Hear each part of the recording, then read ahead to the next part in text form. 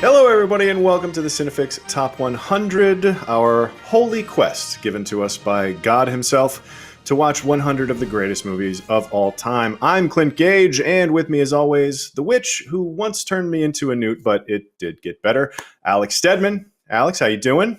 I'm good. Excited to talk about this one. How are you, Clint? I'm hanging in. And of course, also with us, our resident watery tart throwing swords at everybody, Michael Calabro. Cal, what's up? What's good, Clint? How you doing, man? I'm just real excited to be here to talk about the movie that we're talking about this week. We are, of course, in the throes of our second season of the Top 100. It's our community season, and I think this week the movie it's dealing with community on a weirdly smaller.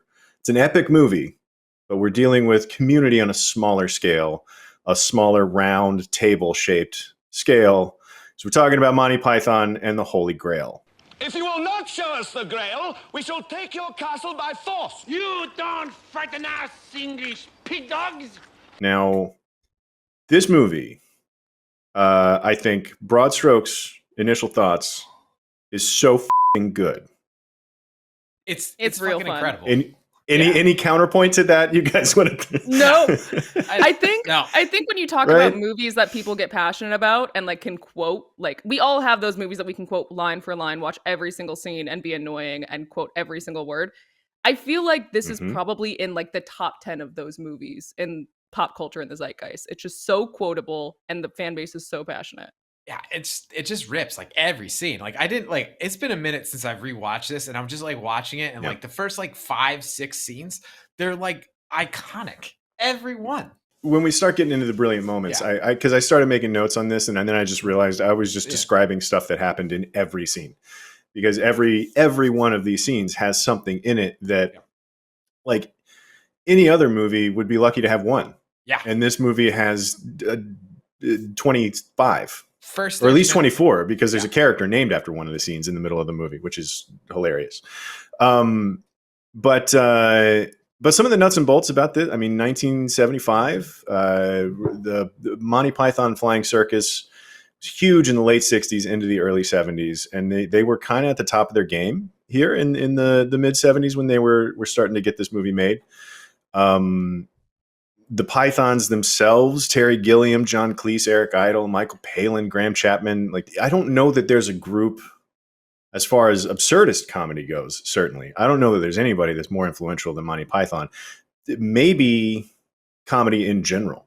Like, is there a more influential group of people than Monty Python was to comedy? That's more a really influential? good question. I don't think more so. influential, no. But I do think that there are people on their level. Sure. Like they're on Mount Rushmore, for sure. Yeah, because like it's weird that this also does like a lot of things that Blazing Saddles does. And Blazing Saddles, I think, came out the year previously. So like they were clearly working on these things at the same time. And it's just, man, it's just so damn funny. Yeah.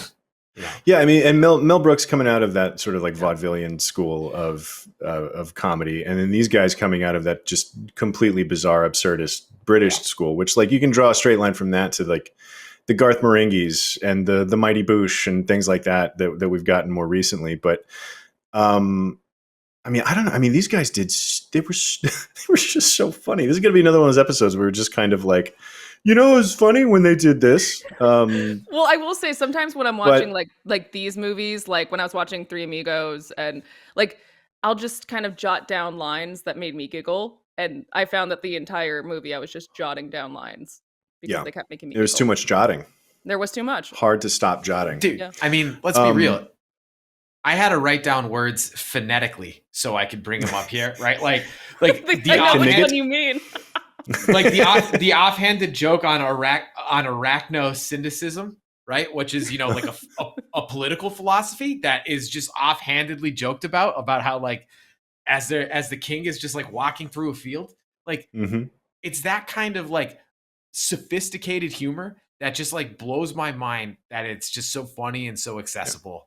And that line comes sharply on the heels of peasants going, "Oh, there's some lovely filth over here." Yeah. Like it's just that balancing act of just absolute absurd non sequiturs and like brilliant political satire Yeah. that happened within seconds of each other in the same scene is amazing. So yeah, I mean it's that kind of like dumb absurdist humor and biting political commentary like happening within seconds of each other inside of the same scene that make this movie just really something else. But like these guys individually, like they went on to do obviously Terry Gilliam, Time Bandits and Brazil and The Adventures of Baron Munchausen and on into Fear and Loathing in Las Vegas. And so like he's done some truly bizarre stuff since this. That's always a lot of fun.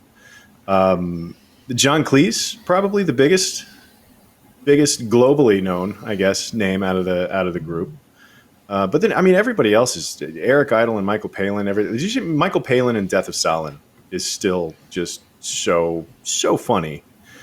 And then Graham Chapman in this movie, like he's such a good straight man in this movie, which I'm just poking around and reading about it. It's like why they chose him to be King Arthur, because he was the best straight man out of all of them, and everybody else wanted to be like, what is your favorite color and all of that stuff, and he's the one that got to do the heavy lifting straight man stuff. Stop! What is your name? It is Arthur, King of the Britons. What is your quest? To seek the Holy Grail. What is the airspeed velocity of an unladen swallow? What do you mean? An African or European swallow? Huh? I don't know that. But I mean, There's it's just something this group so of guys. about it. Yeah, I don't know. Yeah. His King Arthur really kind of sells it for me, even though he kind of has the least flashy role. Like, I don't know. There's just something so earnest about, like, yeah, you really do believe he thinks that he's destined for this quest, He grounds the absurdity, right? Like, even because like King Arthur can't be absurd, or else the movie doesn't work. It's just like the circumstances are absurd, but he just plays it so straight, and it's just so much fun. And like everybody plays off him so perfectly. It's a blast. Well, he's the one bit of energy that, I mean, every comedy needs it to some degree, but like he's that one bit of energy that's saying like, wait a minute, what? Like, which I think he literally says a couple of times to a couple of different, like, the knights who say knees, like, wait, hang on, a shrubber? Like, so, well, I think too, and he plays that energy rabbit, so well. in the Trojan Rabbit scene, I think he is the one who's like, well, who's gonna come out of the which is one of my so favorite who jumps out of it scenes. again? And then like the face palm kind of, yeah. No, he's great. But I mean, so we talk a lot about too. I mean, this movie's from the 70s, and I like to ask what people's relationship to like, what was the first time you guys saw this movie? Like, how often do you revisit it? Because like this one for me, like Cal, you mentioned it. You haven't revisited it in a little bit, and I haven't either. But there was a stretch there where it was like every 6 months for me. Like this movie every 6 months. I mean, it's one of those things where you run into it, and I'm not going to turn it off. Or like I'll think of something, somebody will quote it, or I'll think of something that reminds me of it. I'm like, yep, you know what? Time for Monty Python. You can't turn it off. It's impossible. Every scene is just a bang. Yeah. Like, I don't think I've seen this since college, and all I kept on thinking about is the Simpsons reference where Homer goes to college, and then like all his nerdy roommates keep on making the Knights from Knee joke. And like, man, that scene is so good. Like all those jokes are just so funny. And it's just like, I remember just thinking that this was really, really funny. And I don't know why I never revisited it as much, but like so much of the humor that I love and cherish from like the 80s and 90s is direct progeny of this. We were talking about how Seven Samurai was foundational action cinema. I think that this is like part of that same vibe for comedy. We talked a little bit about this before we started rolling here, but I mean, do you think that you can make this movie today? Like, would a movie like this at all be possible today? Wouldn't be as smart, because like it's like some of the potty humor and stuff like that shit was still work, like the burning the witches and things like that. But like all of the class warfare jokes, I don't know if they would land the same way, but like the killer rabbit would, Yeah. I just don't think could. we're making. I think I could see studio notes ruining this movie, because this movie is essentially a series of vignettes that has a vague through line, but often just goes off the rails. I could see someone being like, hey, we need to make this movie more coherent. And that would be one of the worst things you could ever do to this movie. Yeah. Like, I just can't imagine like David Zaslav or Bob Iger being like, yeah, that's fine. This makes no sense. They don't get the Grail. Yeah. Yeah. Because to your point, right? Like even the plot in and of itself is like a joke, right? Because the like it's probably the flimsiest part of the movie, and I think that is by design. And the whole point of it is like the whole point of it is just like you need something to get them from this one scene to the next. Right. But like there's no catharsis here. No, you end on a literal cop out. Like that's how the movie ends. It doesn't have an ending. Is that where the saying came from? I was wondering that because I was like, that's very literal. It can't be. It is a cop out. But I mean, I do think that like, you know, a movie like this, if they would ask it to either be smart or dumb, right? Like lean one direction or the other. Like, I don't know that movies are it's rare that they're allowed to be dumb in a really smart way. Like, and because I think you end up getting the spoofier comedies. Yeah. But like, then if you're not doing that, then you're like doing The Lobster. You're doing like Yorgos Lanthimos stuff where it's like really bizarre, absurd humor, but it's dark and kind of a drama also. Like, yeah, if like Step Brothers had class warfare in it, you know? Right. Exactly. Yeah. You're either getting Step Brothers or you're getting The Lobster. And by the way, like when I was looking back at reviews, it got a lot of mixed reviews at the time for like those reasons. Over time, we've like come to enjoy it as like one of the classics. But no, a lot of people didn't like how incoherent and kind of like inconsistent it was. But like that's the joy of it. I read one negative review that was like, it's slow. I'm like, what? Wait, slow is not a criticism I understand. It's 90 minutes and it's hilarious. The whole like, what? How is this joke after joke after joke? Yeah. But that is one of the things that I do like about doing research on these movies, particularly the older ones. That, you know, reading about the people that didn't like it when it came out is fascinating. I mean, there are negative reviews about literally every movie, and it's easy to forget on a movie like Monty Python. Even Monty Python had negative reviews when it came out. So. And to be fair, I think when I first watched it, first watched it very young, and I don't think I understood much of it. Like I remember watching it in an 8th grade advanced English class, and just a lot of the jokes flying over my head. And it wasn't until I watched it in like college where I was like, "Oh, that's hilarious. That makes sense." That's the great thing about it too, right? Is because in the meantime, you like King Arthur standing off to the side going, "A duck." Is hilarious no matter how old you are. And then like but then you get a little older and then you start to realize the context of that whole scene is just so you know. But and then the Castle Anthrax sequence when they started cutting to everybody like, get on with it. Like that kind of joke is half funny when you're a kid, but then you start to realize just how sharp it is like when you get a little older.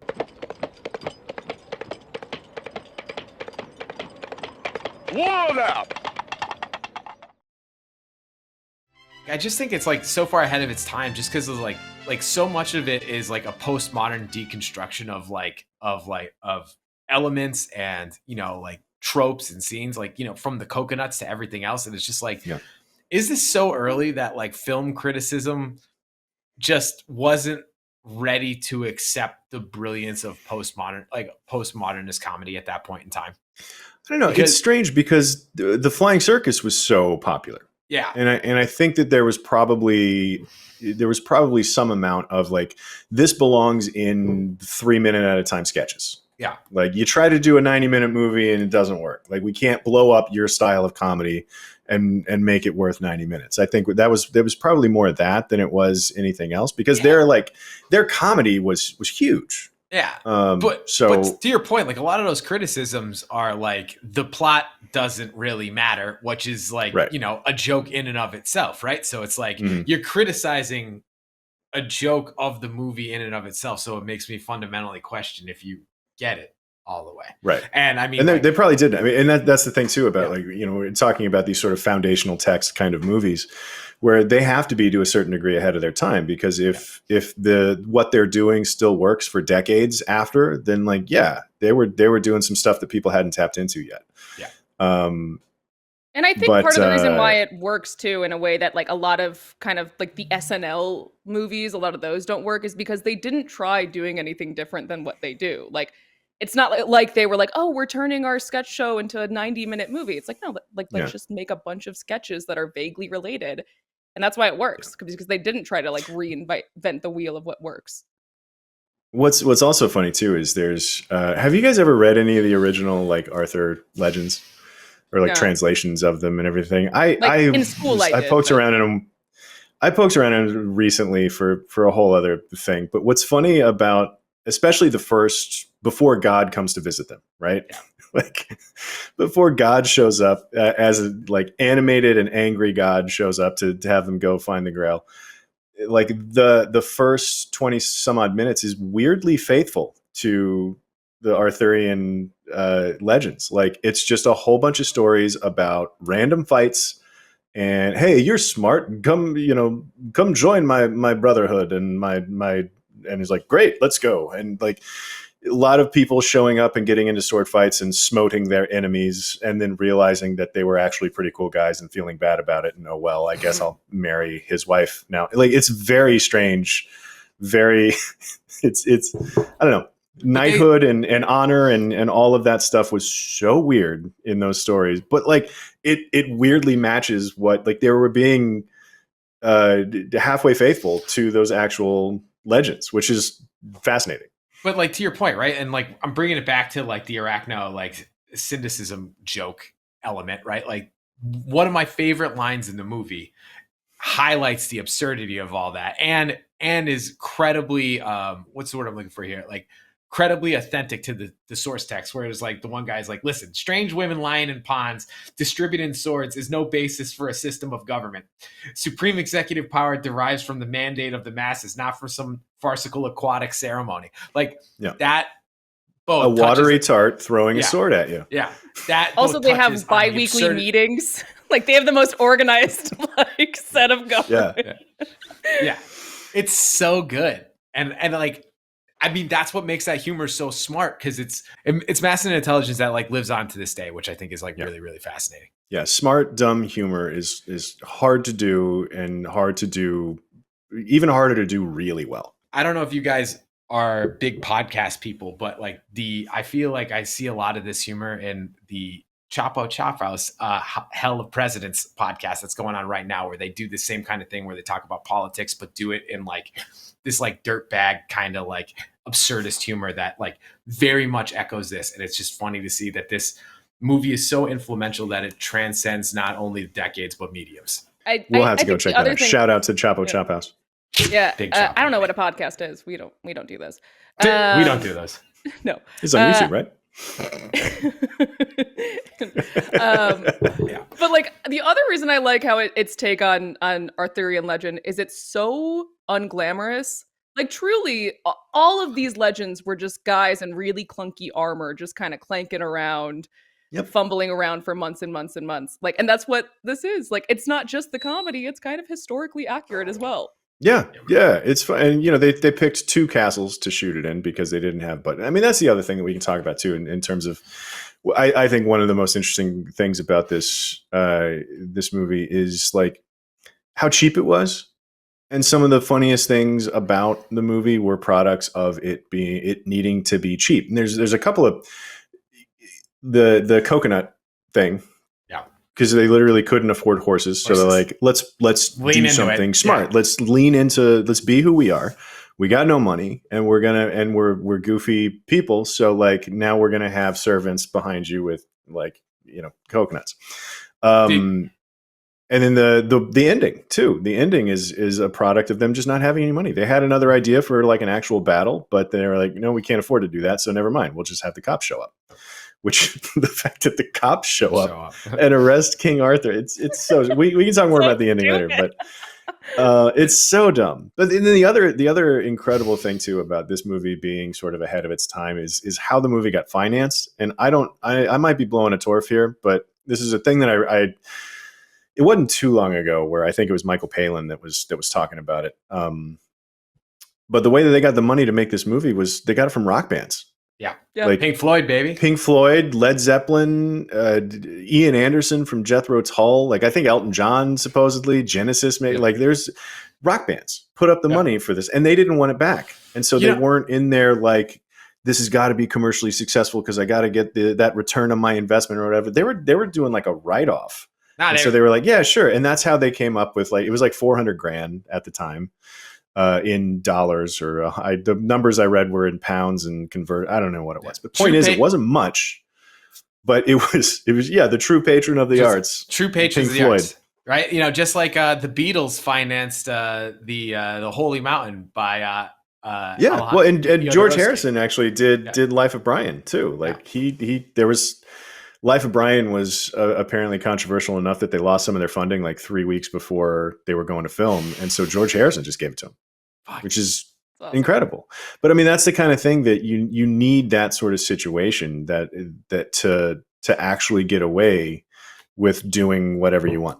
To your point too, right? Like, one of the other things I think we need to discuss is like the comedy in this film is so utterly brilliant that the complete and utter lack of experience in making movies in no way takes away from like the comedic brilliance of this, right? No. Like, there's in fact, I think it helps.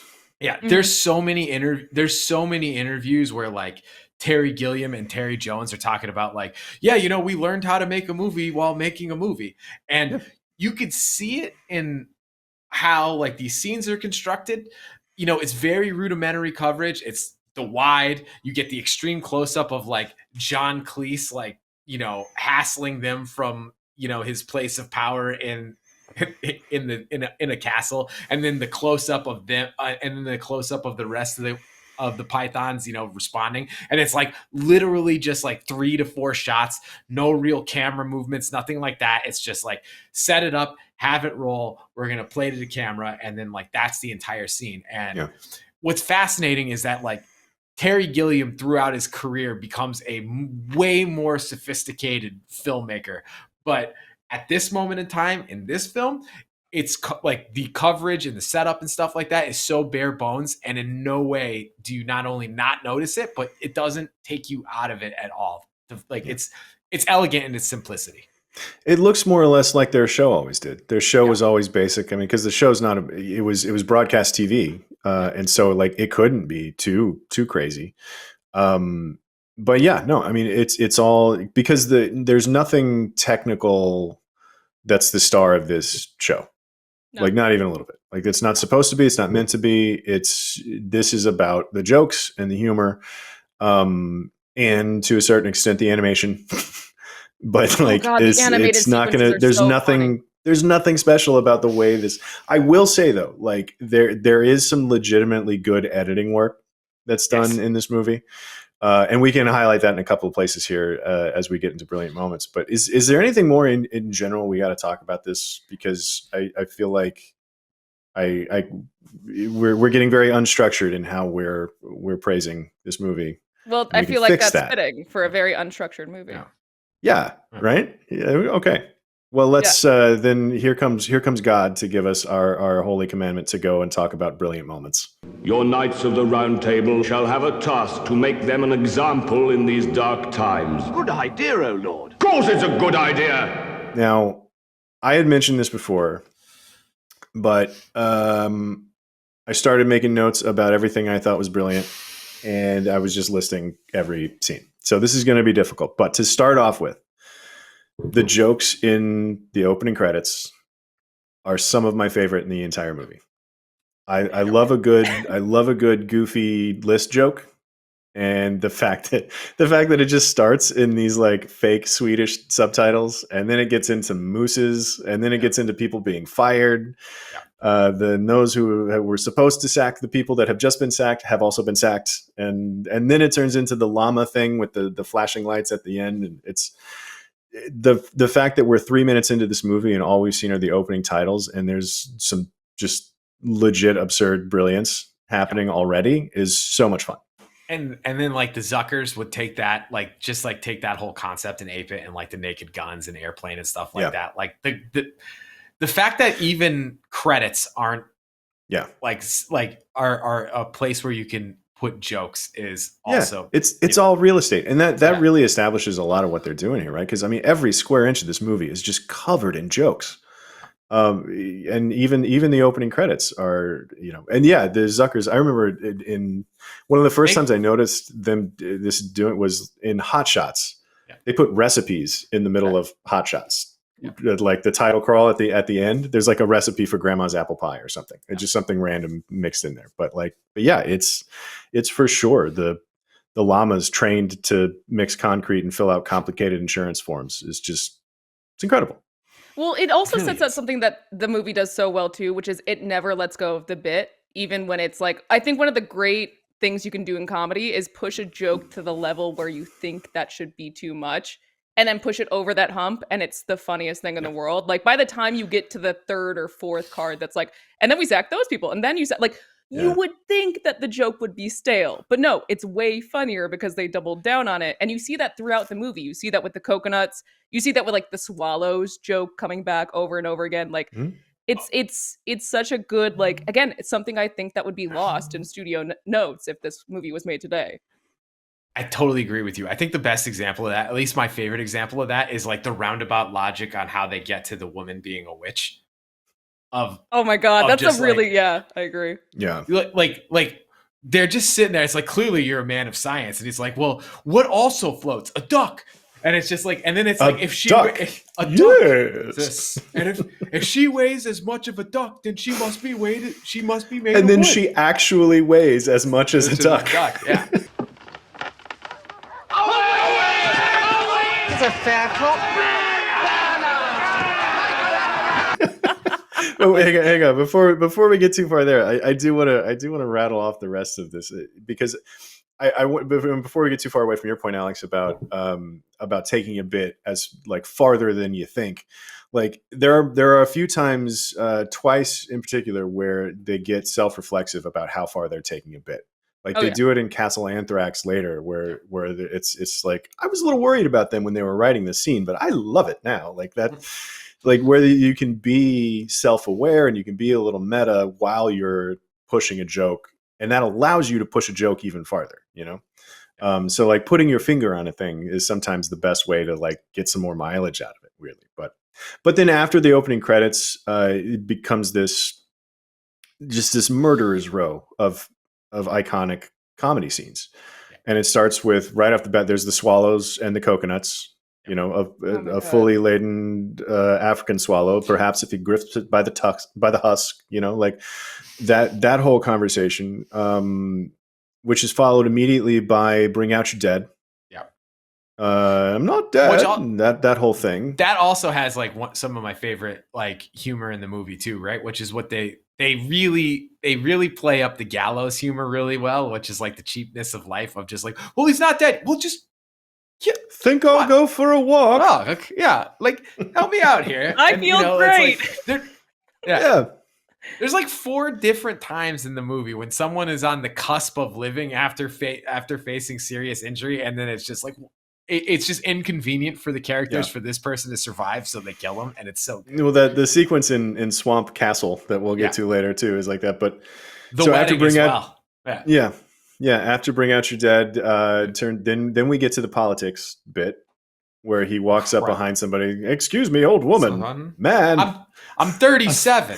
I'm 37. I'm not exactly old. Yeah.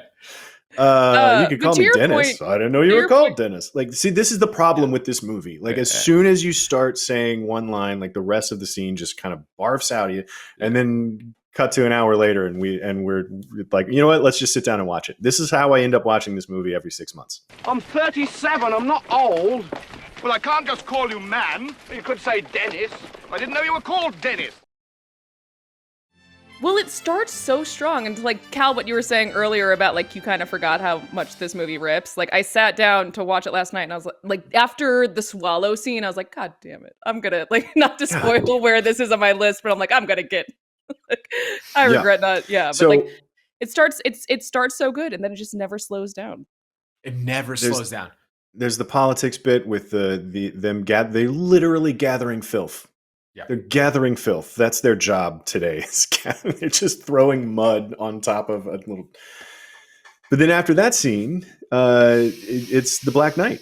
He rides away from that scene, and then he meets the Black Knight in the forest. And this is, again, these are back-to-back scenes. And then after there's the fight with the Black Knight where he chops all his arm. It's just a flesh wound. I've had worse. No, you haven't. Doesn't that come later? Because I feel like they go back to the Black Knight, right? Like the first one is like he destroys all those people, and then they're like, "Will you join us?" Oh yeah, you're right. And he's like, because he's in the middle of a fight when King Arthur shows up, and he's like, "You've proven your worth, Sir Knight, and will you join me?" And he doesn't say anything until he tries to walk past him. Yeah, and he's like, and that's when the "none shall pass" thing. Like, it's such an incredible scene, and he just leaves him there with no arms or legs. Like still talking shit, still like, yeah, run away, you coward. Like, but then after the Black Knight, then we go into meeting Sir Bedivere and the witch that weighs the same as a duck. And that these are all bangers. Those you just scenes a are bunch back of bangers. to back to back. I mean, and that's credits. Funny. The swallows and the coconuts conversation is hilarious. Bring out your dead. Then the politics bit with you could have called me Dennis. I didn't vote for you. Then the Black Knight. Then the witch that weighs the same. Like 6 scenes, and this gets us to about 20 minutes into the movie. We're not even we're like a reel and a half into this movie. And those, I mean, any writer or filmmaker or anybody, if they had those 6 scenes across their career, like hang them up. You did the Lord's work. Good job, man. That's a wonderful career. You can go do something else now. But these guys have in their first movie in the first 20 minutes. It's insane. They just made a bunch of really funny sketches. Again, like I'm going to keep saying this. That's why the movie works. They're not trying to be a movie. They're trying to be a bunch of really funny sketches. And so that's what it is. You're laughing the entire time. I mean, I do think they, like, yes, 100%. But I do think they are more connected than even I generally will give them credit for. Because you can watch any of those scenes out of context and they'll work by themselves, right? Like you don't need the story to appreciate any one of those scenes. But I do think just having the tiniest little bit of King Arthur, he's off to find, like, the thrust of this part of the story is he's off to find knights for his round table.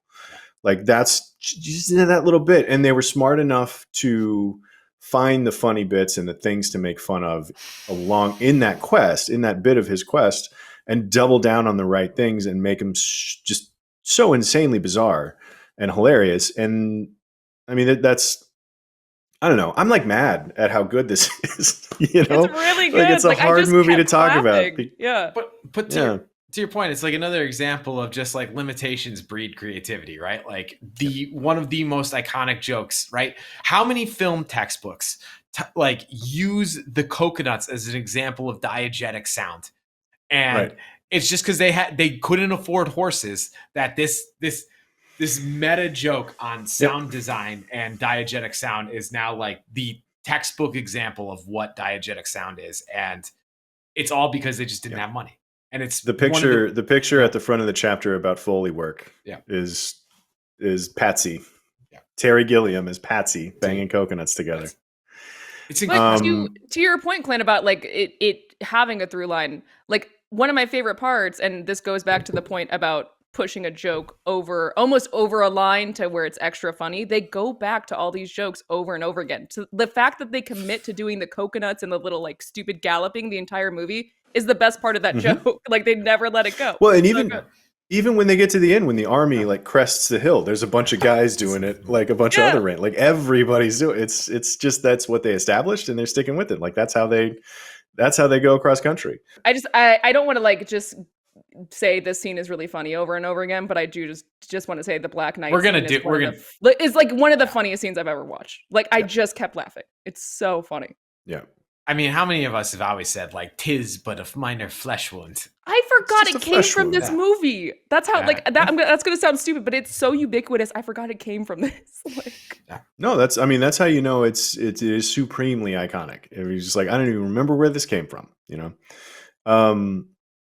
But so shortly after the Black Knight sequence, I mean, I think it's like or not the Black Knight. So after the Black Knight, he goes and meets Bedivere, and then after Bedivere, they do like a quick little montage of like, then he found Lancelot and Galahad and all these other guys, and then they show up.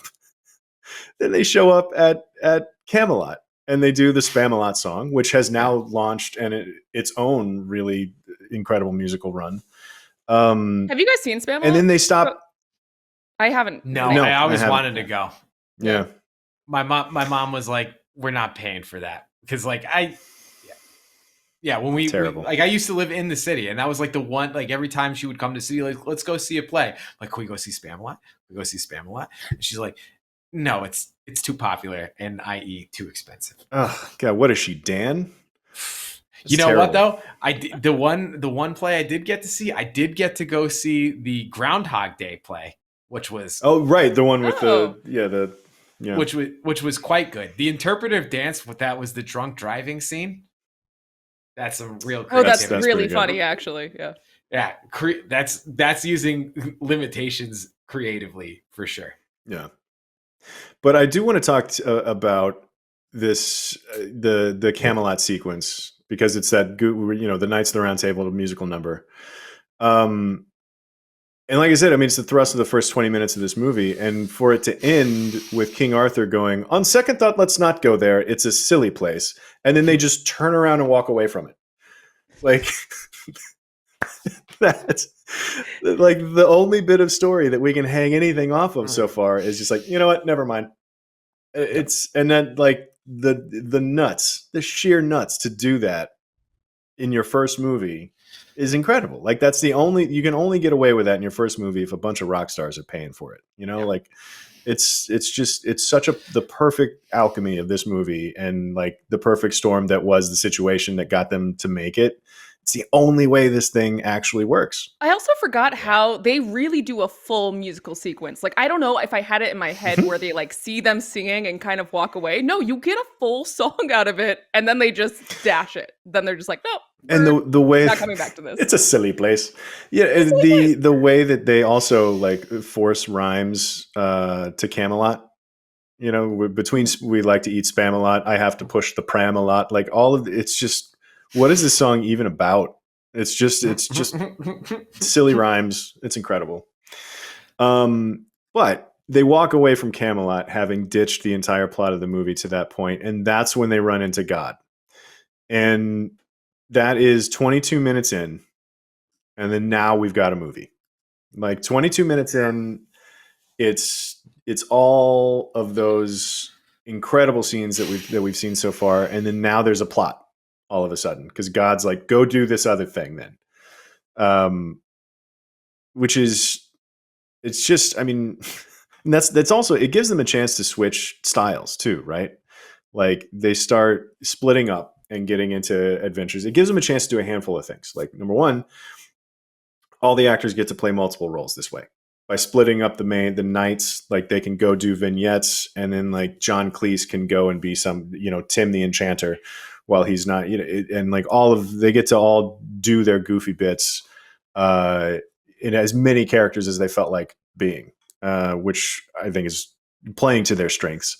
It also opens up the animation stuff too, because like all of the chapters that they started to deal with, and even the monks hitting themselves in the head with the book transition into the, like, it's just Terry Gilliam getting to do whatever the hell he wants to get from one scene to the next. With the animation is like just God showing up out of the clouds establishes like the rules on which that makes sense. Like we can do that, because I mean, that's the thing about movies that don't follow any rules, right? Is the good ones have to know the rules that they're breaking in the first place. I really think the animation is like one. I don't know if it's unsung. I think people know the animation is really good. But when we really get more into the animation, that's where it's like, first of all, this is a great parody of Arthurian legends and storybook tales, but also it's just, again, it's that rudimentary kind of low budget, this looks really silly, but that's why it works. And that's where it starts, is the whole God in the clouds thing. Isn't that Chapman? I think that is Chapman as God. Yeah, I think he did the voice of God. Yeah. But it's hard to keep track of who's who in this, because they all play 4 or 5 people. I don't think I noticed that when I was a kid. No, I definitely didn't. It only came to me when I was older that I was like, oh my God, they're playing all these characters. Well, this was my introduction to Monty Python. Like I went back and found Flying Circus after Holy Grail. So like the fact that they're a sketch troupe wasn't really kind of what I was thinking about when I was watching the movie for the first time. So it makes more sense, like going back and seeing Flying Circus stuff and like all of them playing different characters throughout the course of a sketch show, that they would do it this way. But it is, for a movie that is kind of lauded for its absurdity and how it's super random and the story doesn't really matter. Like, they did pick a structure that played to their strengths in a really sharp way. Can we come up and have a look? Of course not. You are English type, sir. Well, what are you then? I'm French. Why do you think I have this outrageous accent, you silly king?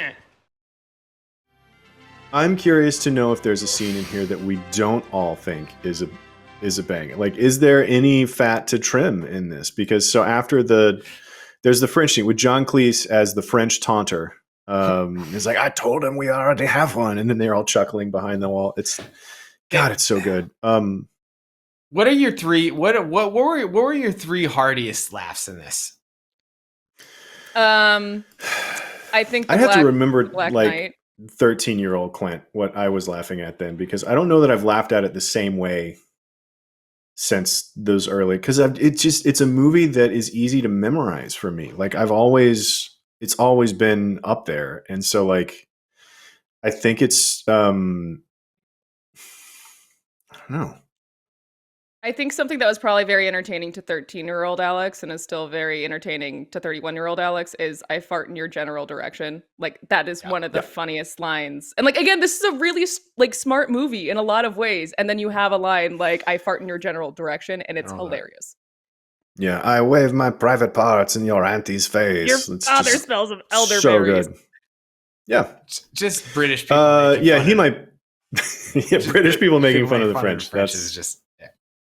That's you can't go wrong with that. Oh no, you know what my favorite thing, and we haven't gotten to it yet. I would say my what will always be my favorite scene in this whole movie is the holy hand grenade of Antioch. And, reading the instructions.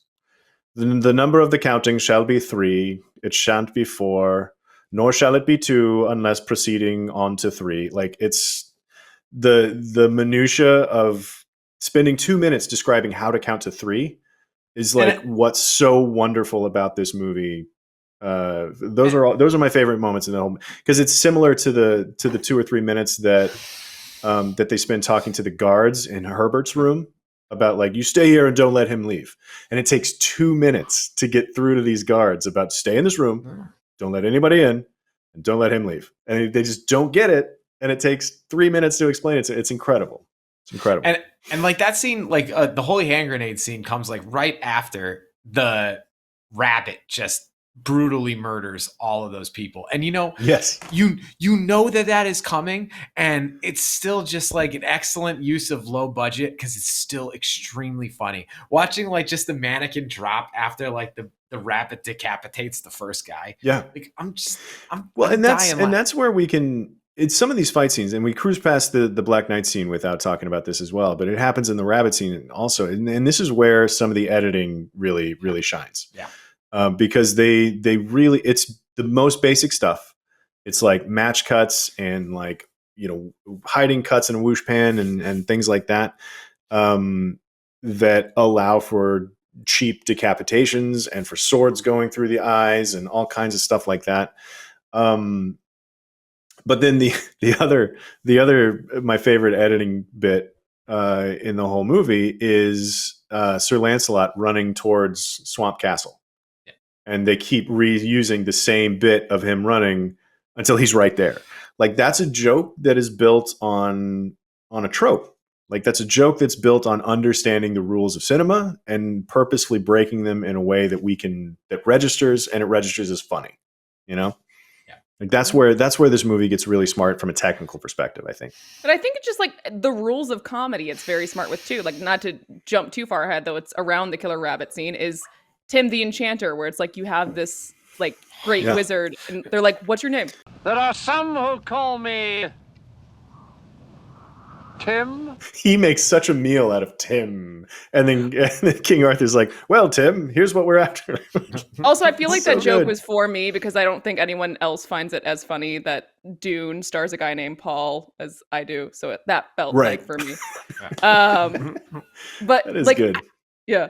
But to your earlier point, Clint, about like maybe scenes that made me laugh the least. I was like actually kind of trying to rack my brain about that. I think if I had a break in the giggles, it might have been around like the wedding scene.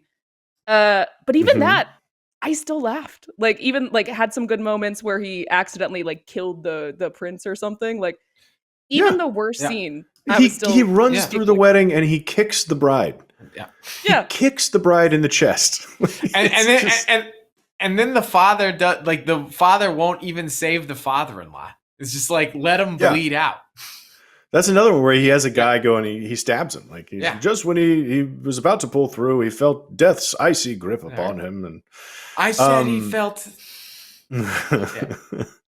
So real quick though, after we're talking about just back-to-back bangers, after the Trojan rabbit scene, there is a wonderful hard cut from the Trojan rabbit falling to the slate of the documentarian.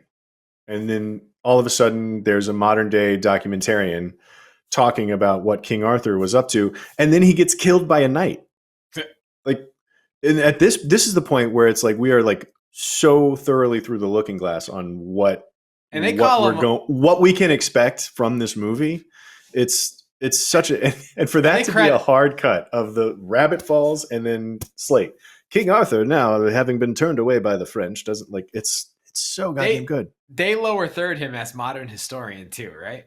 I think it's like famous I think historian. So. Let me check.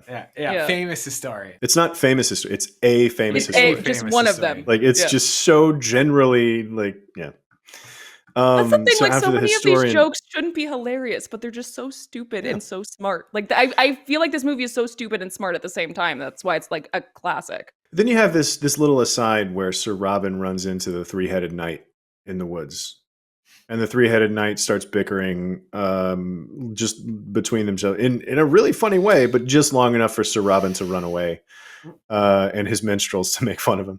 You also have that good little that right before that. Yeah, like you have the song where they're like, he's so brave. He doesn't care about getting brutally decapitated and murdered and like beaten to a fault. Like he's... And then from there, from the three-headed knight, we get into Sir Galahad at Castle Anthrax. With Newt and Dingo and like the names of these women. It's like, we're just a bunch of lonely blondes and brunettes from the age 16 to 19 and a half.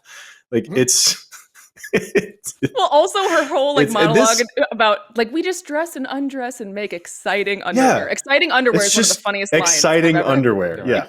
No, I wrote that one down too, because it's so fun, because this is another one of my favorite scenes that actually becomes very self-aware and like, they admit that they're going too far, but then they make fun of the fact that they're going too far. They're like, the whole thing about, we just sit around all day and bathe and dress and undress and make exciting underwear.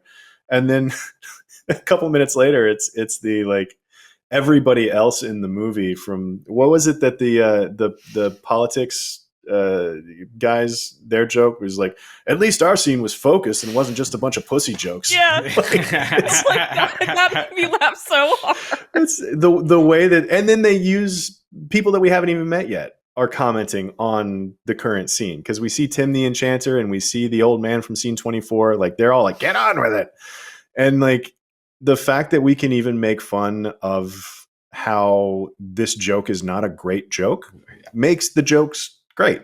And like the way that they're able to weave that stuff in and be self-effacing that thoroughly and that sharply is, I don't know. I mean, there's literally nothing wrong with this movie. No. And I think you mentioned this line earlier, but when she was like, we weren't sure about this line when the guys were writing it, but now we like it. It's like, they've almost entered. There's direct address in the scene. Yeah. Like she looks at the camera. Like, I was a little worried about the boys when they were writing this, but yeah, no, it's like they knew every single negative thing that someone might have said about this movie, and they're like, we'll say it first. Which is so genius. Way too much peril. I can handle a little bit of peril. Also, like you said, the names are just Zoot. Like. Yeah, it's Zoot and Dingo, and I can't even remember the names of the doctors. And then the whole thing ends with her going, "Oh shit." So then from there, the narrator gets killed. Yeah. While he's talking about swallows again, which is back to back. It's like this movie is, and the Flying Circus too was so stream of consciousness, which is another thing that you see. Mr. Show with Bob and Dave did the same thing of just like, it felt very much like, and I know this isn't how they wrote it, but it felt very much like they never went back and fixed anything, right? Like they always they yes-anded their way through an entire script, and they got tired of a joke. So they literally like, we should kill the narrator here, so he stops making this joke about swallows. And so they did it. And it feels very stream of consciousness and very unedited in a way that I know that's not that. I mean, there were drafts on drafts on drafts of this screenplay, but like, it feels so organic and so just thoughtless. It's just moving ahead and being hilarious the whole time. Yeah, I think But it's something I thought about while watching the movie was how much as a writer that I struggle with like transitions. Like that can be one of the hardest parts of telling a story, is moving one scene from the next. And they just threw that in the garbage. They were like, we don't care. Like, yep, we're going to end really abruptly. And the entire movie will end abruptly. Like and it's still transition. Yeah. We're gonna have an intermission with 10 minutes left in the movie. Oh god! Oh my god! Yes. I forgot about that until it happened. And I was like, I made a note about that too. About like, hey, this intermission is really it's really funny because it interrupts this moment on the bridge, and that's really funny. And then I looked down, and I was like, oh god, there's only 10 minutes left in this movie, and that's where they put an intermission. Well, I wish I didn't know how long the movie was. Like, I wish I didn't have a way of checking the time, because then it would be so much more jarring when it just ends 10 minutes later. Like, oh, it's so good. Yeah, well, it ends 10 minutes later, just to skip straight ahead to the end, but there are 3 minutes of just black screen and organ music. Like, it's the version of it I'm looking at is an hour 32, and at an hour 29 the organ starts, which is just 3 solid minutes of a black screen and an organ music. So we talk about like jarring endings. Get on with it. Yes, get on with it! Oh, I am enjoying this scene. Get on with it! But this swamp castle where Lancelot can't think of the word idiom, and then he just goes and he kills everybody, and even the scene with Herbert, and where Herbert is even like, mother, like, I'm father, and then later the father does it too. He's like, Alex, no, Herbert. Like, it's every little bit of this. There's no tangents. There's no anything. It's, Concord getting shot with the arrow and being like, actually, I think I'm good to go with you. So he's like, no. Well, and like even the Knights of Need, He even like, chops the flowers. I'm sorry, I made a note about that too. He's killing everybody, and he's running up the stairs, and Lancelot like chops at the flowers on the wall. Like, he's literally killing everything in his path. So funny. Well, that's kind of like there's no, but like the whole Knights of Knee thing, I could see that being something that kind of like confuses me as a kid, where I'd be like, why is this funny? But it's like, it's funny because it's stupid. Like, I can't, like, the last time I went to the Renaissance Fair, I literally just heard people screaming knee. That's how that was like this past summer. Like, it shouldn't work. Yeah. The animator dying as a way to, so I mean, getting to this holy hand grenade of Antioch scene. I think we covered it well enough, but like, just making such a weird meal out of reading the instructions on how to count to 3 and throw a grenade is so good. And then from then on, we realized that King Arthur can't say the number 3. He says 5 instead every time, because like after all of that, like that, and that's the other thing too. It's like after the entirety of the instructions about how to count to 3, then King Arthur goes 1, 2, 5, 3, sir, 3, and then throws it. Like, he still screws it up, which is funny on its own. But then he spends the rest of the movie saying 5 instead of 3. Like, you have to answer these 3 questions. Like, it becomes a joke that they beat to death. But the first joke was just a really clever undermining of how to count, instructions on how to count to 3. And then it becomes a character trait, it's incredible. I mean, so the swallows thing started as them having a stupid conversation about, whether swallows migrate or not. It's the same thing. Like, they just carry it. And then all the debate, how the hell they got a coconut in the first place. Yeah. It really makes you think. Well, it all started because It all started because they couldn't afford horses. Yeah. and it's one of the most famous jokes of all time. We should probably move on, but are there any other? I think we touched. See, Holy Hand Grenade. There's about 20 minutes left in the movie. We talk about the once they do the bridge, which, by the way, like that's such a great payoff to the Swallows joke. Is the bridge keeper, the scary old African man swallow? from Scene 24? Well, I don't know that. But then just the fact that the guy didn't know what his own favorite color was. Blue? No, wait, yellow. What is your favorite color? Blue. Blue. No. I mean, and then, so good. But once they get across that bridge and Lancelot is already under arrest. Yeah. Well, he did murder that guy. And then they run into, he murdered everybody. The fact that the French guys are already at Castle Arg. Oh, that was also very it's funny. more than I wrote down Castle Arg. Castle Arg. Why would he chisel that? But I mean, let's talk about the ending real quick too, because I mean, we touched on the ending earlier about everything is set up to be this last heroic charging the gates. You know, our hero's going to win valiantly moment, which is everything that we know about the language of cinema that needs to happen in this moment, right? Like that's the standard Arthurian tale. There's an odyssey, an adventure with peril all over the place, and then he wins valiantly in the end, and then he just gets arrested. They literally throw a hood over him and shove him in the back of a paddy wagon, and they're just over.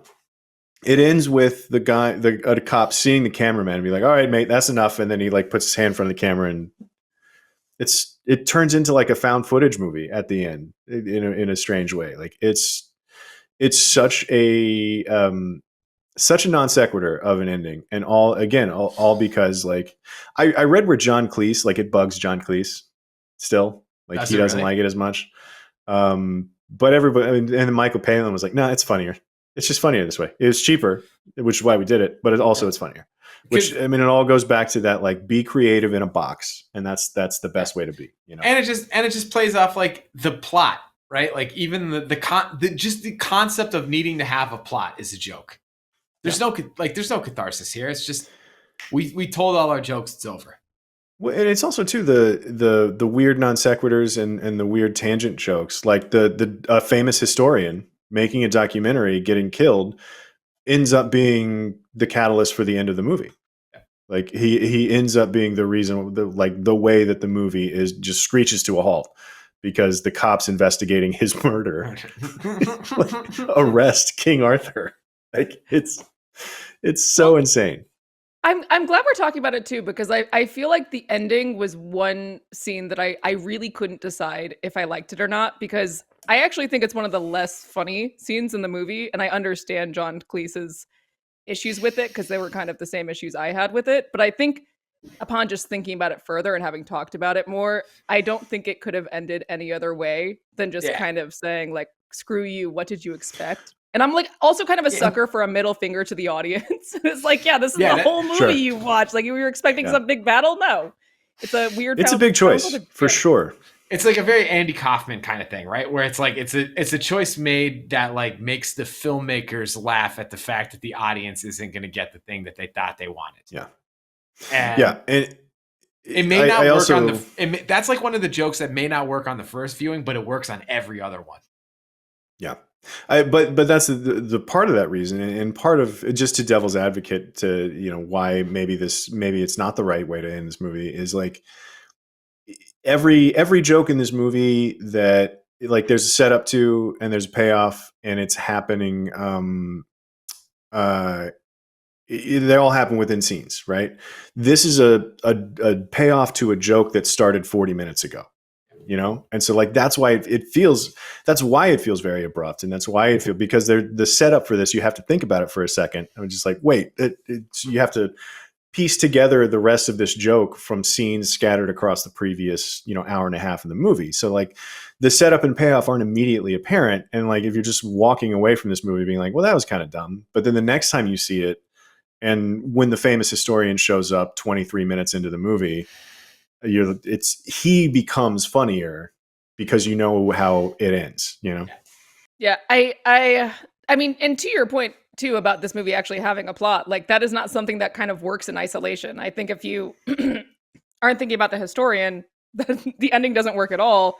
Yeah. Clint, you mentioned something about like them possibly like they wanted to have a big battle with the rabbit or something, but they just couldn't afford it. I don't like, know how close they got to it, but yeah, that was what I read. Was all of the knights that were still alive, plus the rabbit, plus the French guys had a big, because of the rabbit. Honestly, had a big battle, which would have been incredible. Like if they were able to pull it off. I mean, that's the kind of. But like, I don't need it. I don't need. I mean, it kind of reminded me of the Anchorman fight scene in the middle of. I think that thinking about it in those terms, I was like, that's probably where we ended up getting that. As a society, we have that, and it's from Anchorman now. But I don't know. It was probably just an idea, and they knew that they could never afford to do it. But it was on the table at one point, from what I understand. Pink Floyd didn't want to pony up the scratch for that. Pink Floyd, exactly. I was going to say, could they not find one more rock star like to? Yeah, if they could have gotten Iron Maiden to chip in a little bit, Iron Maiden wasn't big enough at that point. So I'm really torn if that would have been better. It might have been. I don't know. Like I will say the end was one of the least funny parts, but at the same time, it's fitting. I respect it. Yeah. I agree with that. I think least funny by design, though. Yeah. Like I don't know that it's meant to be. Like I think you get exactly what it is. Like it's that trolling sort of middle finger kind of just that absurdity, but it works. It makes total sense with the rest of the movie. And we've spent this entire episode talking about how scene after scene after scene, it's just banger after banger after banger. Like I can forgive them for having one scene that I wasn't like giggling maniacally at the end. Like they've earned that. I don't know, man. I think it works. I think it works so well. I think I'm fine. Listen, I'm fine with it. I love watching that like little bunny tear into to just like low budgetly tear into like people, and watching the rabbit just like wipe out an entire phalanx of like Arthurian soldiers probably would be funny. But to your point, Clint, does it add like, is it a necessary addition to the scene that I'm already dying laughing at? No. And I mean like the conclusion is not a laugh out loud joke, but it's still a pretty damn good joke. You know what else is hilarious about it though? It's two cops. Yeah. It's two cops. And it is a charging army of Arthurian knights. 100 people charging, and then two cops show up and everybody's like, oh, sorry. Yeah. What? Sorry. Like that's illegal. It's like, this is a dangerous weapon, man. Yeah. And like the fact that two cops shut everything down and everybody's like so skittish about it. It's hilarious. Like these are charging an ostensibly horseback, like about to go storm a castle, and it takes two cops to shut the whole thing down, and they do it very politely, and they're like, yeah, back up, and everybody's backing up. Like they're not even like mean about it. Yeah, it's so like, I mean, it's one of those things where like the logic of this movie is such that you buy that it takes a second to think about that. It's like, wait a minute, no, like why would they have just charged right through those guys? But the guys that pulled up in a car. Yeah. In 932 AD. I will say it would have been nice to see the rabbit return, because again, like of the bits that made me laugh a lot, the killer rabbit is probably in top 5. Like, and to the point of like basically being a joke until it's way funnier than it was originally. I could have seen that with the killer rabbit. That could have been a beaten joke that became really funny.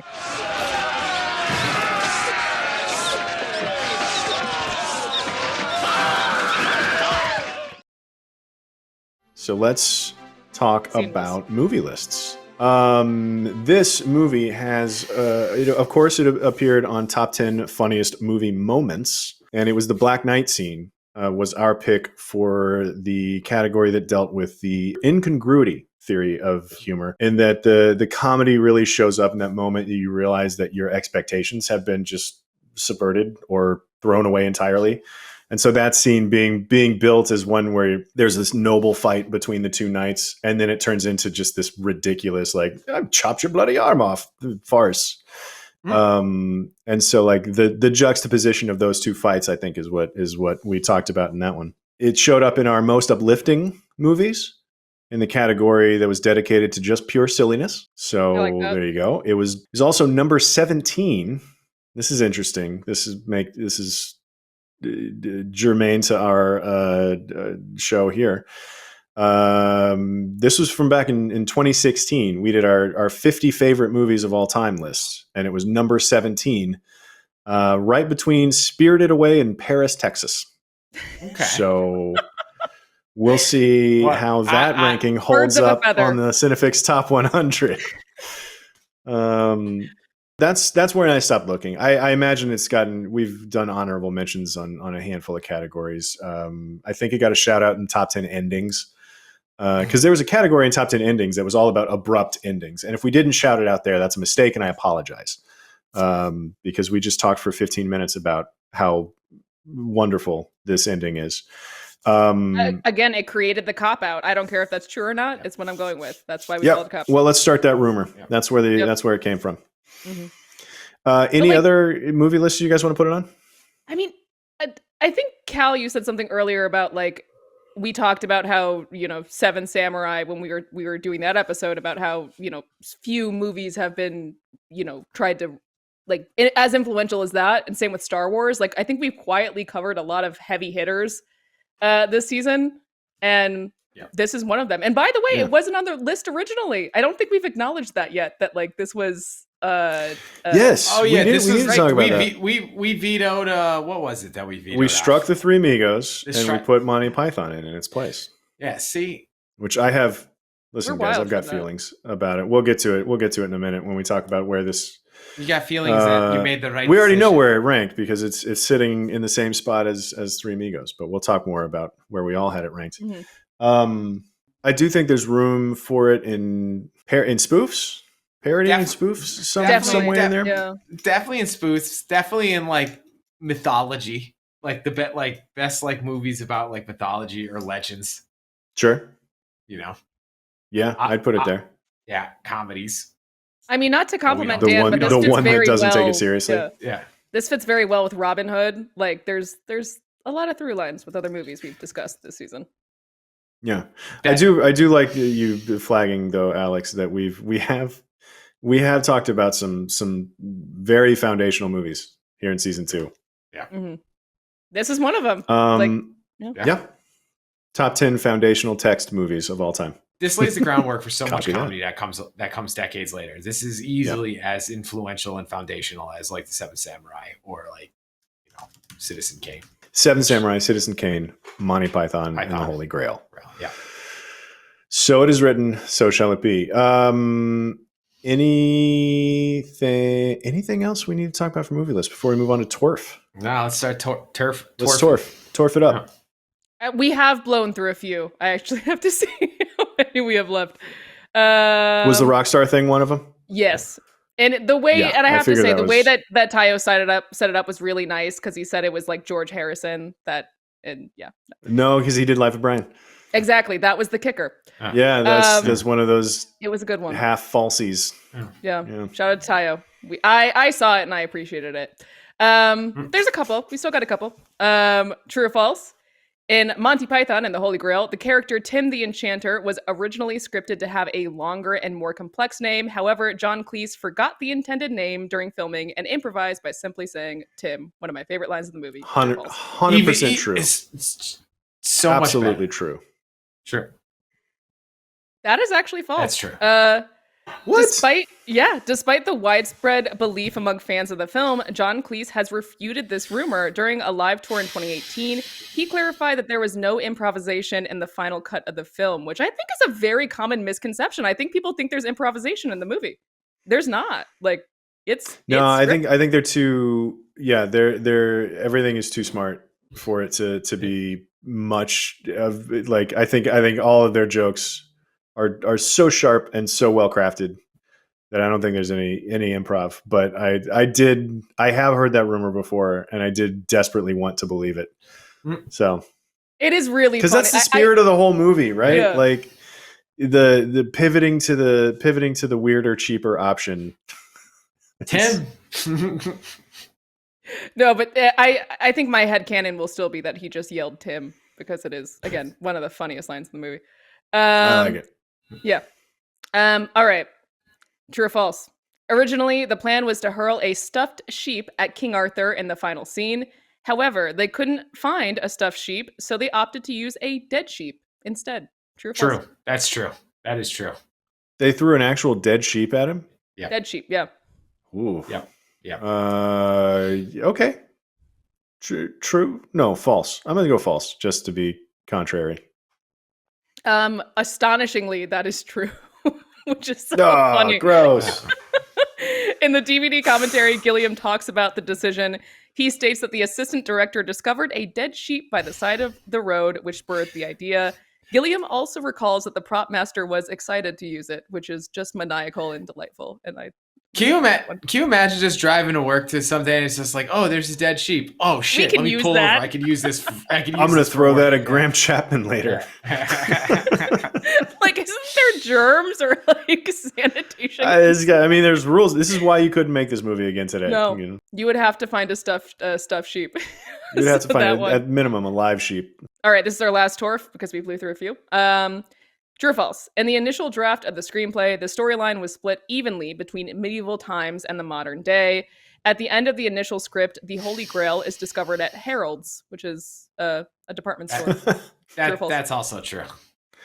I can see that being in a version of it. Yeah. True. Yeah, that is true. In the DVD commentary, Terry Jones remarks on how it was his idea to set the film entirely in medieval times. But I like to imagine the version of it where they did end up just in like modern day London. I don't know if it was better. But it kind of did. There's cops and cars, right? Oh, that's yeah, true. the cop stuff does that on I think the right kind of scale, like because Blazing Saddles did that too, like with the breaking the walls down through the stages and fighting into a different studio and all that stuff. Different sound stages, and like now we're in a musical. Yeah. So I do like it, but I'm glad they didn't do it. Yeah, I just liked it. I liked that they didn't find the Grail. I just think that like it just makes the whole concept of a plot a joke. Mm-hmm. But then again, I think it would have been a really funny punchline if it was just like at a department store in like the clearance aisle or something. Like, I also think that's potentially a very good joke. Cup and the Carpenter. Yeah. But that is torf. Yeah, in terms of where's this rank on your movies about the Grail between this and Last Crusade? Well, I guess we'll probably find that. I had Last Crusade ranked high enough. I think we'll end up talking about it, even if you guys didn't have it. But good torfs. Sorry we stepped on a few of them. Tayo, who's your MVP for the movie? I struggled with this because I feel like it has to be both. It has to be both Terry's. Yeah. You think both Terry's? I mean, I feel like it's a tie for everybody. Yeah, I agree. But like the Monty Python. I will say, I think he's Cleese the MVP. I think Cleese made me laugh the most, though. Cleese was very funny. Like when I think about the line deliveries that like had me just giggling and probably had my neighbors very annoyed with me. Like a lot of them are Cleese. But I mean, my favorite parts of these movies are the little things, like the reading of the holy hand grenade instructions and the whole bit about you stay here and you watch him, and even that bit where he's just like casually writes a note and like trying to discreetly like fire an arrow out the window. Yeah. Like that is those tiny little things. Like that's groupthink stuff. Like the team came up with that stuff, and like that's. I don't know that I can, even though I guess like theoretically you give the nod to Terry Jones and Terry Gilliam for just because they're listed as directors. Just because they did a good job learning how to make a movie while making a movie. Yeah. But, and there's some of the editing choices. Like because I looked up the editor, the guy that cut it is a guy named, where did he go? A guy named John Hackney.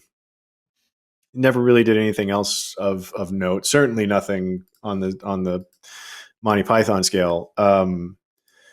But I don't know. It's just such a well-crafted movie from script to screen that like I don't know that I don't think there is one that stands out. I'm calling it a tie. A Is that 5-way tie. allowed? I don't know if that's just like. Just the It's our Python. show. I mean, Yeah. I guess. Monty Python himself. If you guys are okay with that, that's what I I'm was going trying to with. force not gonna- myself to pick between the Terrys. Yeah, I feel even better. If we could just say, Yeah. if we could give everybody a trophy, that's real millennial. It's everybody of us. gets a trophy Yeah, day. No, everybody honestly, they didn't find the trophy. Like that's the thing. None of them get the MVP. That's how it Everyone ends. gets it and no one gets it. Everyone gets it and nobody gets it. That's why if everybody gets a trophy, then they're meaningless. We might as well not anybody get a trophy.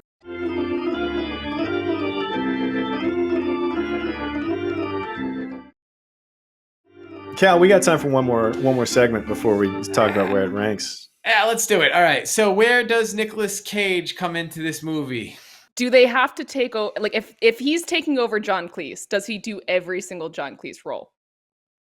No. Okay. No, because I think you can replace him. We're going by role, not by actor. Okay. yeah. Fair enough. Honestly, I don't want him to replace John Cleese at all. I just think he's the Black Knight. I'm making it real simple. He can just like overact that. We never see his face. That adds to the joke of it all. And he doesn't materially affect some of the even better jokes in the movie. And I think he can deliver those lines of the Black Knight just as well as they have. I like that. That would be good. Who you got, Alex? I was thinking about Tim just because I love him, and I think it would be really funny just to have Nicolas Cage just be like, "I'm Tim," and I'm sticking with it. Actually, Tim the Enchanter. Okay. All right. Yeah. Listen, you can't go wrong with putting Nick Cage in a role that big, like Tim the Enchanter or the old man from Scene 24, the keeper of the Bridge of Death. I'm going the other way though. I'm going Sir Bedivere. I think he would have made an incredible Sir Bedivere, like him just being like so self-assuredly putting a witch to death because she weighs the same as a duck. Like I want to see that out of Nicolas Cage. Well, and this is one of those movies and him coming up with the idea for the Trojan rabbit and then failing spectacularly. Like he would be an incredible Bedivere, I think.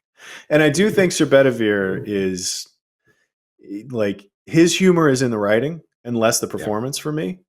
So like you can kind of do whatever with that character, and I think Nicolas Cage would bring something else to Sir Bedivere. This is one of those movies where sometimes, like in this segment, I feel like I relegate Nick Cage to a not central role because I just feel like all the central roles are so good, and that's why I really liked but I don't know if I would replace him, to be honest. I don't know if the movie is better with Nick Cage and him in a large role, you know. Oh yeah, again, that's where I struggle with this segment. Is like I don't know that the movie's better. It would be great. It might not be, and I don't know that it's better. And that's kind of the thing, right? Sometimes it's like this is the place where like this is one of those few movies where like we don't necessarily think he adds, so you got to put him in a place where he would take away the least. That's what I'm thinking, Kat. Like, I'm trying to think of like a funny bit. Like, also him as God would be hilarious, especially if he never showed up again. Like in modern day times, like just random God Nick Cage for one scene. Like that would be hilarious. Yeah, or the King of the Swamp Castle.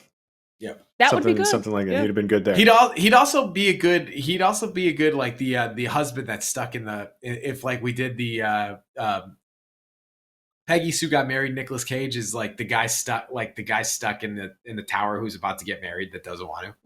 Right. Like Herbert. those are the small roles that like he could potentially add, but he definitely wouldn't take away. Well, and that's the fun thing about this movie too, is like we just rattled off a dozen really funny roles that you could see like there's a different version of this role that's also really funny, and like all of these tiny little bit parts add so much to the movie. And Nicolas Cage fits practically anywhere, except for those first 6 scenes. Those are all timers. You can stay away from those. Yeah. Let's talk about where this movie ranks. I had it number 34 on my list. And the fact that it wasn't in the top 100 so that it was available to swap in for the Three Amigos tells me you guys didn't have it near as high, and I'm already mad. I don't have it on my list, and that is you don't have it on your list. It's a fault. This is a fault. And you know what? I made sure to even do a comedy pass once I originally did my list to add some so I wouldn't be so fucking dour. And I just think it's been too many years since I saw this, and man, What a mistake. Cal, Alex? I'm with you. I feel it's not on my list, and I'm deeply ashamed. I don't think I've felt this not good about not having a movie on my list since Sunset Boulevard, which I think was like our second or third episode. But or at least something. you didn't. At least you hadn't seen that one yet. Or No, did I you see saw that one? it was the to be Third fair Man. to me, Third Man was different, which I also kind of want to put about my list. But this one I had seen. I just don't know if I had like formed a really strong connection with it, and now You've seen it, but did you really? I saw it young. Like I saw it young too. Like I saw it in middle school. Like it is not a movie that I'm unfamiliar with. I'm also being told that goddamn Dan didn't even have it anywhere. You three fucking people with not putting Monty Python even anywhere on your list is shameful. It's a fucking oversight. I agree with you. Feel bad about it. I do. Just from now on, please do feel bad. You're lucky that whenever it's I'm having a swapped in good day, for I'm gonna be like, God damn it! Stop it. Yeah, cut it out. You're having a good day. Cut it out. You didn't have Monty Python on your list. I'm actually shocked that this is three. Yeah. Like this feels like a Dan movie. I want Dan to answer for himself. He can't. That's part of the joy of the show. And he won't, nor will we let him. No. So Three Amigos was 66, and this swapped in place of Three Amigos. So it's now 66 on, which is fine by me because I actually had it 20 or so spots ahead of where I had Three Amigos. So that all checks out with me, and so long as you guys eternally feel bad about this on some level, this is an oversight. And next time I'm in town, you're buying the beer that we're drinking while we're shooting this because you owe me all. You're welcome for having this. So where do we have an envelope? Where does we do have an envelope right here. Where did a loan number 34 from me get alone number 34? That was also vetoed and then brought on is where we said it was 66. New ranking. 66. Yeah, that's the new ranking. Okay. New ranking. Because that's where Three Amigos landed. Yeah. This is better than Three Amigos. I think we can all agree there. It would have been somewhere outside the top 100 without that, I guess. I've just been told that this flap is actually functional. So the new ranking is 66, but to the constant genius of Tayo, he's managed to make sure that we even know the old ranking, which was 128. 128.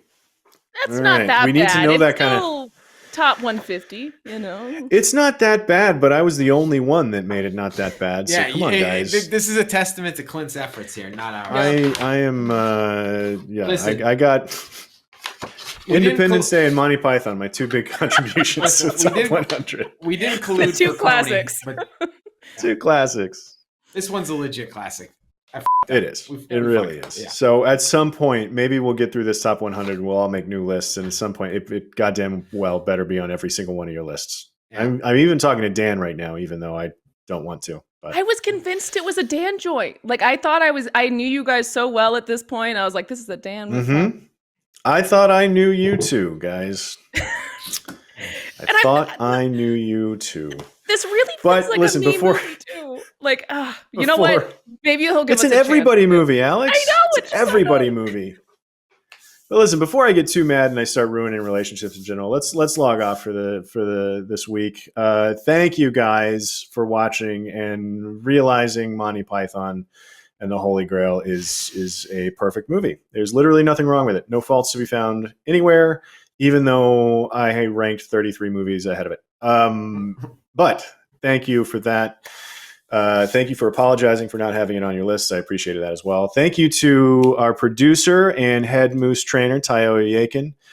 Jamie Parslow taught the mooses to mix concrete and fill out complicated insurance forms. The suggestive poses for the moose were suggested by our technical producer, Mariah Franzen, and Dan has been sacked. So next week, we are watching the perfect companion to Monty Python and the Holy Grail, Alfred Hitchcock's Rear Window. Hey, it's finally happening. What a lovely double feature. Let's work some Hitchcock into our diet here. But thanks again for watching, everybody. We'll see you next week for Rear Window. In the meantime, stay safe, be good, and we'll see you later.